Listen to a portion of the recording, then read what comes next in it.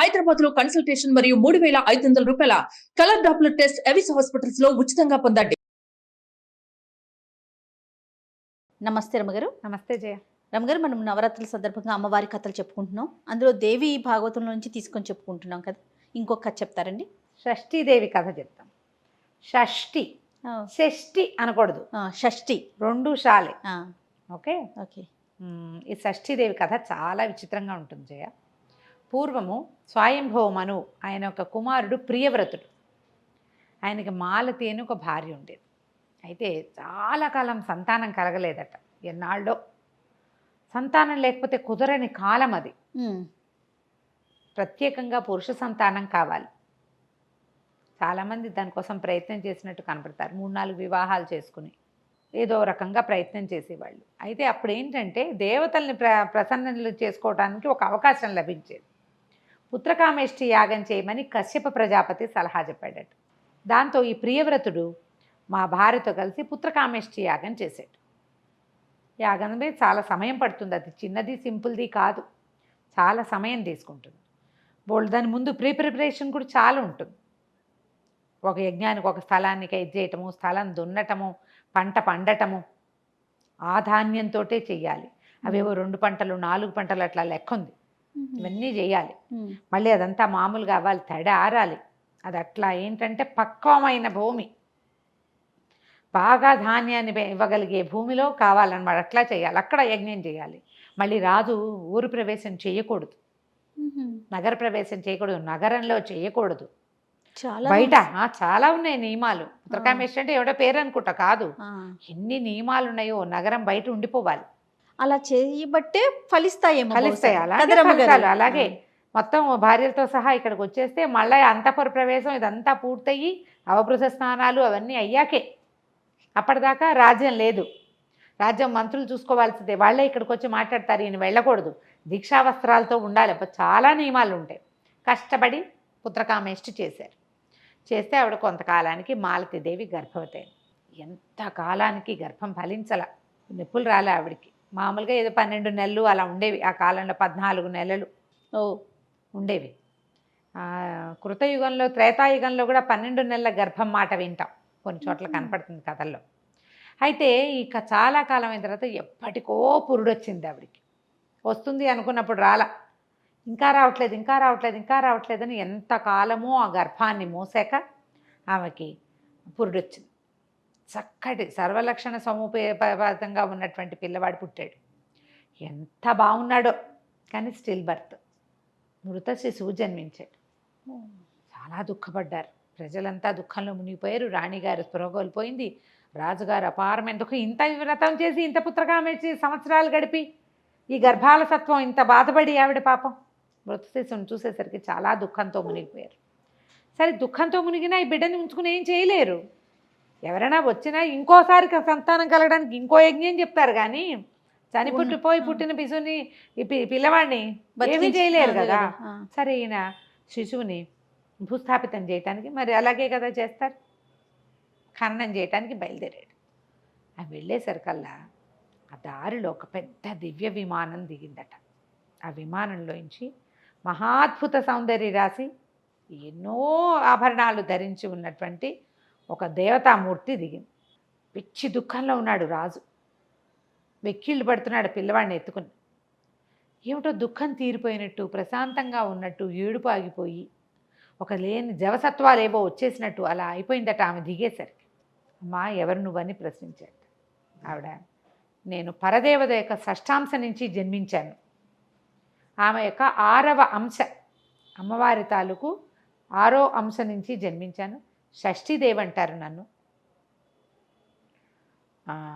గర్భము, దాని రక్షణ, శిశు సంరక్షణ, అది నా బాధ్యత, నేను అదే చేస్తాను అని చెప్పి ఆవిడ ఏం చెప్పిందంటే, వజ్రాంగుని కుమారుడైన తారకాసురుడు చాలా దేవతల్ని అందరినీ బాగా బాధపెట్టాడు. అప్పటికి శివపార్వతులు వివాహం కాల. తారకాసురుని సంహరించాలంటే కేవలము పరమేశ్వరుని యొక్క కుమారుని వల్లే సాధ్యపడుతుంది. అతనికి అలాంటి వరం ఉంది. అప్పటికి సతీ వియోగంతో విరాగిగా ఉన్న పరమేశ్వరుడు హిమాలయాల్లో తపస్సు చేసుకుంటున్నాడు. తపస్సు చేసుకుంటున్న ఆయనని మళ్ళీ వివాహం వైపుకి తిప్పడం కోసం హిమవంతుని కుమార్తె అయిన పార్వతిగా అమ్మవారు జన్మించింది.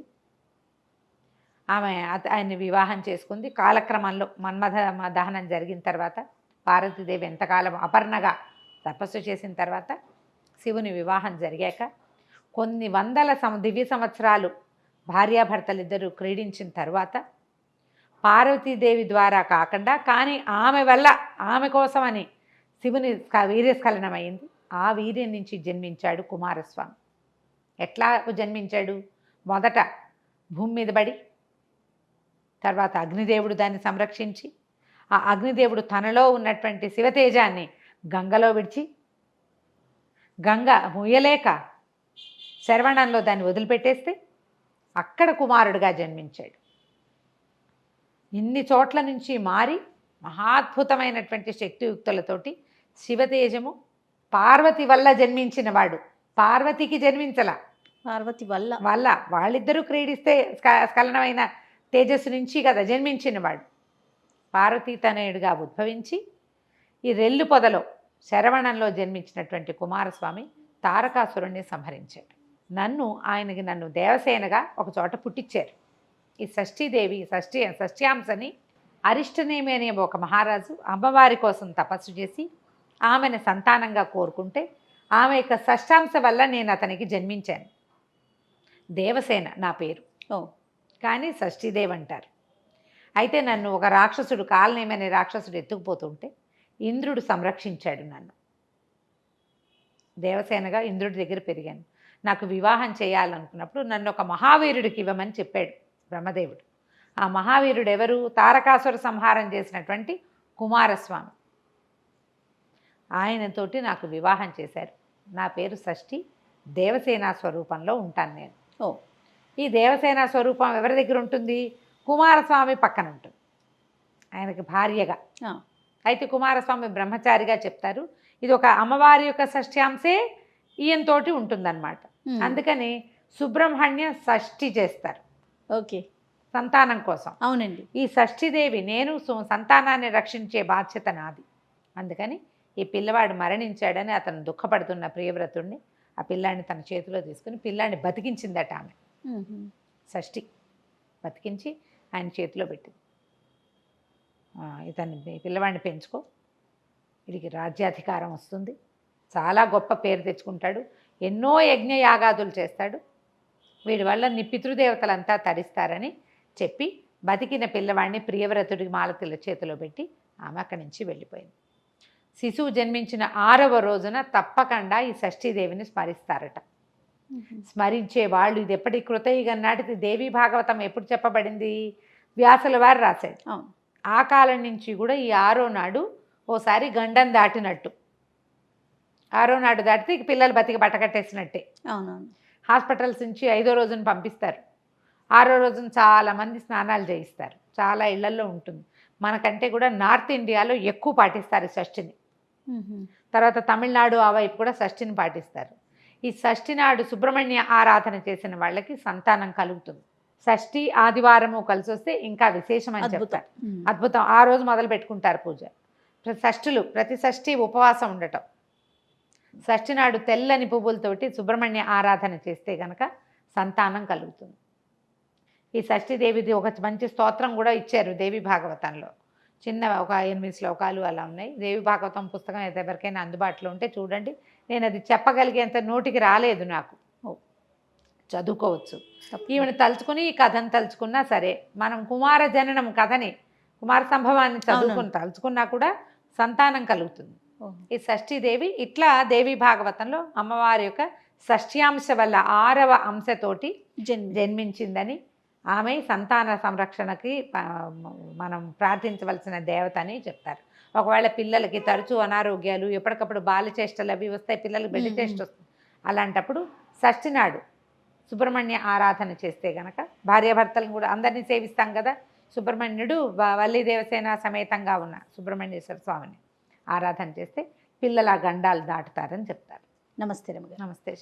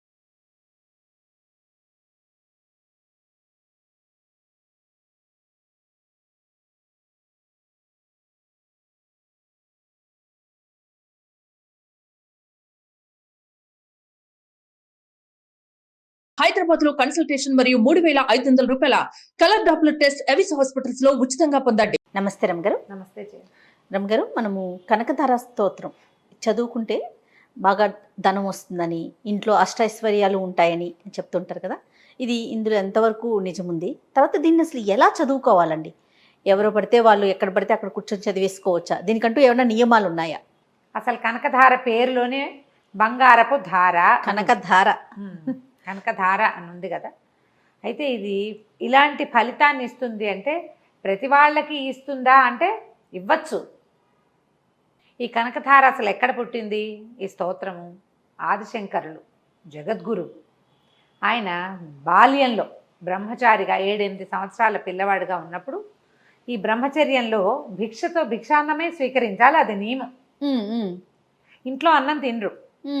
పాఠశాలకి గురువు దగ్గరికి పంపిస్తే గురువు దగ్గర నుంచి విద్యార్థులు భిక్షాటన చేయాలి, ఖచ్చితంగా అది నియమం. ఈ భిక్షాటనకి వెళ్ళారు. 7 లేదా 8 సంవత్సరాల వయసు బాలశంకరుడు వెళ్తే ఒక బ్రాహ్మణ కుటుంబం వాకిట్లో నిలబడి భవతే భిక్షాందేహి అంటే, పాపం వాళ్ళు చాలా పేదవాడు, వాళ్ళ ఇంట్లో ఏమీ లేదు. ఆవిడ ఇల్లంతా వెతికి ఆ వటువుని పంపటానికి ఇష్టపడక వెతికి ఒక ఎండిపోయిన ఉసిరికాయ తెచ్చి వేసింది. ఏమీ లేదు నాయన నా దగ్గర శంకరుడికి. ఆ ఎండిన ఉసిరికాయ ఆ బ్రాహ్మణి యొక్క ఆ హృదయ విదారకంగా అనిపించిన ఆమె యొక్క దైన్యము ఈయన్ని కదిలించింది. అయితే ఇంకా ఉత్తరోత్తర చాలా రకాల కథలు చెప్తారు. ఈయన అమ్మవారిని ప్రార్థించారని ఆవిడ నిరాకరించిందని అలా చెప్తారు. నిరాకరించిద్దో లేదో మనకు తెలియదు. ఆయన లక్ష్మీదేవిని ప్రార్థించారు. అమ్మ వీళ్ళకి ధనాన్ని ఇవ్వు, నీ కంటి చూపు వీళ్ళ మీద పడేయి అని ప్రార్థన చేశారు. ఈ ప్రార్థనలో మొత్తం 21 శ్లోకాలు. అవి కొంచెం పాట భేదం ముందు వెనుకగా అవుతాయి. ఈ ముందు వెనుక శ్లోకాల్లోనే ప్రత్యేకంగా ఆయన ఏం చెప్పారంటే, నువ్వు వీళ్ళకి బంగారు వర్షం కురిపించు, నీ కంటి చూపు పడితేనే వీళ్ళ దగ్గర వచ్చేస్తుంది. వీళ్ళకి పురాకృతమైన పాపాలు ఏమైనా ఉంటాయి. జనరల్గా ఎవరైనా దరిద్రులు ఎలా అవుతారు? ఒకడికి బాగా పూర్వజన్మ, కరెక్ట్ పాయింట్. ఒకళ్ళకి బాగా ధనం వచ్చేసిందన్నా వాడు ఇవాల్టి సంపాదనే కాదు, ఇవాల్టి శక్తియుక్తే కాదు, పూర్వజన్మ నుంచి ఆర్జించుకొచ్చినటువంటిది. అది మంచి అయినా చెడైనా ఇవాళ దరిద్రులు అయిపోయారు. వీళ్ళు ఏ ప్రయత్నం చేసినా వాళ్ళకి డబ్బు రాదు, నిలవదు, పోతుంది, పాడైపోతుంది, నాశనం అయిపోతుంది. దీనికి కారణం ఏంటంటే సంచిత పాపం, వాళ్ళు చేసుకున్నటువంటి పాపాలు, వాళ్ళ పురాకృత కర్మ. ఆ పురాకృత కర్మని నశింపచేయమ్మా, నీ కన్ను పడితే అది పోతుంది అంటారు. నువ్వు చూస్తే చాలు, నీ క్రీగంటి చూపు వీళ్ళని కాపాడు. ఇలాంటి వాళ్ళని, ఈ పురాకృత పాపాలని పోగొట్టు. ఈ ద్రవిణాంబుధార అంటారు, బంగారపు ధార కురిపించి. ఇక్కడ అంటే బంగారు ఉసిరికాయలు కురిసినాయట వాళ్ళ ఇంట్లో. శంకరుల యొక్క ఆయన యొక్క ప్రార్థన, వాళ్ళ యొక్క ఏ ఇంట్లో వాకిట్లో నిలబడి ఈయన ప్రార్థించారో ఆ వాళ్ళ యొక్క పురాకృత పాపాలన్నిటినీ, వాళ్ళ సంచిత కర్మ సంచయం అంతా జరిగిపోయింది, తీసేసాడు వాటి అంతటినీ. కర్మ పోయింది పూర్తిగా. పోయి వాళ్ళ ఇంట్లో బంగారు కాయల ఉసిరికాయల వర్షం కురిసిందట. కాలడి కేరళలో ఇప్పటికీ ఆ ఇల్లు ఉందని చెప్తారు. మనం ఈ కేరళ ట్రిప్ వెళ్తే ఆ కాలడి గ్రామం, ఆదిశంకరులు జన్మించిన గ్రామం చూడడానికి వెళ్తే ఆ బంగారు ఉసిరికాయలు కురిసినటువంటి ఇల్లు ఇదని చూపిస్తారు. తర్వాత కాలంలో వాళ్ళు మళ్ళీ దరిద్రులు అయిపోయారని చెప్తారు. తర్వాత కాలంలో వాళ్ళు ఇప్పుడు డబ్బు వచ్చిన తర్వాత వీళ్ళు చక్కగా ధర్మం ఉండాలి కదా, ఉందో లేదో కాలంలో పోయిందేమో, ఇల్లు మాత్రం అదని చెప్తారు. మీరు వెళ్ళారా రమ్మగారు? నేను ఇంకా కేరళ ట్రిప్ వెళ్ళలేదమ్మా. ఇవాళ చెప్తున్నా కదా, వచ్చే నెలలోనో పై నెలలోనో ఈ సంవత్సరంలో వెళ్ళిపోతాను. వెళ్ళొచ్చేసేయండి. ఇంకా వెళ్ళలేదు. ఓకే. చాలా మంది చెప్తారు జయ. మనం ఈ యాత్ర దీపిక అవి చదువుతుంటాం కదా. నేను జనరల్గా ఎవరైనా ఏదైనా ఊరిళ్ళేమో అని రాశారంటే చదివేసుకుంటాం ముందు. చాలా విషయం తెలుస్తుంది. రచయిత యొక్క మనోభావాలతో పాటుగా ప్రాంతం విశిష్టత తెలుస్తుంది. ప్రాంత విశిష్టత నేను చాలా విషయాలు అలాగే తెలుస్తాయి జయ. పైగా ఇంత కాగితం ఒక దొరికిన చదువుతా కదా, మీకు అలవాటు. అయితే ఇలా జరిగేసరికల్లా ఈ ఉసిరికాయలు కురిసినాయి. ఆ కనకధార అట్లా అట్లా అట్లా అట్లా మనకి సంప్రాప్తి వచ్చింది, మనకి దొరికింది, ప్రింట్లోకి వచ్చేసింది. ఇది వరకు రేర్గా ఉండేవమ్మా, ఎక్కడో ఒక్క పుస్తకం. ఒక ఆనుచానంగా గురువుల దగ్గర నుంచి శిష్యులకి శిష్య పరంపర ద్వారా అట్లా బయటకు వచ్చింది. క్రమంగా మనం ఏంటంటే ఇప్పుడు మనం ఏం తెలుసుకుంటాం జయ, మనకి ఏదైనా ఒకటి కావాలంటే ఇది చెయ్యాలి. B12 డెఫిషియన్సీ ఫలానాది వేసుకో, అవును. ఈ విటమిన్ డెఫిషియన్సీ ఫలానాది వేసుకో, నీకు ఇబ్బందిగా ఉంది ఫలానాది చేసుకో, ఇదే చేస్తాం కదా. కొంతమంది ఇళ్లలో ఆంచానంగా అలవాటుగా కనకతార చదువుకునే వాళ్ళు ఉంటారు. కొత్తగా ఏదో జాతకం చూపించాం, మనకి చాలా సమస్యలు ఉన్నాయి, పిల్లలు ఏమేం విషయాల్లో చెప్తారంటే డబ్బు నిలవట్లేదు, డబ్బు రావట్లేదు, పిల్లల సెటిల్మెంటు, తర్వాత ఏం ప్రయత్నం చేసినా అన్నీ వస్తాయి కానీ పోతూ ఉంటాయి, గత జన్మలో చేసిన పాపాలు వీళ్ళని వెంటాడుతున్నాయి అని అనిపించిన వాళ్ళందరికీ కనకధారా స్తోత్రం చేసుకోండి అని చెప్తారు. అన్ని వనరులు ఉంటాయి, చెయ్యి డబ్బు చేద్దాకా వస్తుంది కానీ చేతిలోకి రాదు. కొన్ని కేసులు అలాంటివి కూడా కనపడతాయి. అవునవును. డబ్బు అవసరం, ఇప్పుడు మన జీవితానికి డబ్బులు అవసరం, డబ్బే కావాలంటే కాకపోవచ్చు, కానీ డబ్బు లేదు అని అంటే కుదురుతుందా? కాలు కదపాలన్నా డబ్బు అవసరం కదా ప్రతిదానికి. ఈ చేతి దాకా వచ్చి డబ్బు వెళ్ళిపోయే వాళ్ళకి, అవకాశం చేతి దాకా వచ్చి ఇంటర్వ్యూలు 4 ఉంటే 3 ఫినిష్ అయ్యి 4వది అవ్వని వాళ్ళందరికీ ఈ కనకధారా స్తోత్రము నమ్మికతోటి చేస్తే ఉపయోగపడుతుంది. కనకధార ఎవరైనా చదువుకోవచ్చు. దీనికి పురాణ పండ వారు ప్రింట్ చేసిన పుస్తకాలు చక్కగా ఉంటాయి, తప్పులు లేకుండా చూసుకోవటము, అక్షర దోషాలు లేకుండా నిదానంగా చదువుకోవటం. బోల్డ్ అనే రికార్డ్స్ కనపడుతున్నాయి. ప్రత్యేకించి సమయం ఏమైనా ఉందా రమ్మగారు? దీనికి ఉదయాస్తమానాలలో చేసుకుంటే మంచిది చేయాలి, పొద్దున సాయంత్రం. ఒకవేళ మనం ఏదైనా ప్రత్యేకంగా కొన్ని సమస్యల్లో ఉన్నాము, మనకి ఇమీడియట్గా కావాలి, కామ్యం ఒక 21 రోజులు అలా పెట్టుకుని ఆ రోజుకి 11 సార్లు దాన్ని చదవటం. ఇన్ని శ్లోకాలు చదవగలరు లేరు చూసుకొని కనీసం వినండి. ఎంఎస్ శివలక్ష్మి గారితో ఎవరిదైనా ఒక రికార్డ్ పెట్టుకోండి, వింటూ ఉండండి, మీ ఇంట్లో ప్లే అవ్వాలి, అది వినండి, నేర్చుకోండి అవకాశం ఉంటే. దీనికి ఎంఎస్ సుబ్బలక్ష్మి గారిది కొంచెం రాగాలు మారుతూ ఉంటుంది, మనం ఇంట్లో చదువుకునేటప్పుడు ఏదో శ్లోకాన్ని బట్టి వెళ్ళిపోతాం. తప్పులు లేకుండా మాత్రం చదవండి. ఇది సామూహికంగా పారాయణ చేసే వాళ్ళు చాలామంది కనపడతారు. ఎక్కడైనా సామూహిక పారాయణలు ఉంటే కనకధార కూడా కొట్టేస్తారు. మీరు నిజంగా కావాలి, మనకి సమస్యలు తీరిపోవాలి అని అనుకుంటే ఇదొక మార్గం. ఇలా 21 రోజులు, లేదా మామూలు మనకేం లేదు అదేదో అద్భుతమైంది అది చదువుకుంటే బాగుంటుందంటే నా పర్సనల్ ఎక్స్పీరియన్స్ చెప్తాను నేను.